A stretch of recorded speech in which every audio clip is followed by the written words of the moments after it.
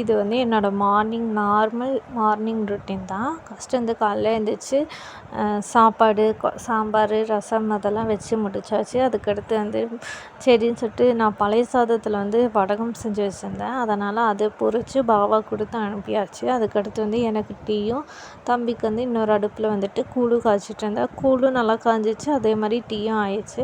சரி கூழை எடுத்து அவனோட கிண்ணத்தில் போட்டு வச்சுட்டு சூடாறட்டும் அப்படின்ட்டு நானும் சரின்னு சொல்லிவிட்டு அந்த கேப்பில் டீ குடித்தாச்சு. டீ குடித்தது தம்பிக்கு தண்ணி சூடு பண்ணுறதுக்காக வச்சிட்டேன். அதுக்கடுத்து வந்துட்டு சாப்பாடு ஊட்ட ஸ்டார்ட் பண்ணியாச்சு.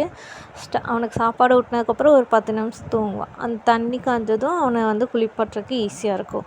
நான் மார்னிங்காக வந்துட்டு பணியாரம் சாப்பிட்லான்னு பணியாரம் சாப்பிட்டு அவனை குளிப்பாட்டிட்டு அவனுக்கு வந்து அரிசி பருப்பெல்லாம் ஊற வச்சுட்டேன். அதுக்கடுத்து வந்து அது நல்லா 1 மணி நேரம் ஊறினதுக்கப்புறமா அதை எடுத்து செஞ்சாச்சு. செஞ்சதுக்கப்புறம் பாத்திரம் கழுவிட்டு அவனுக்கு ஊட்டிட்டேன். இப்படி தான் வந்து என்ன டே வந்து முடிஞ்சு.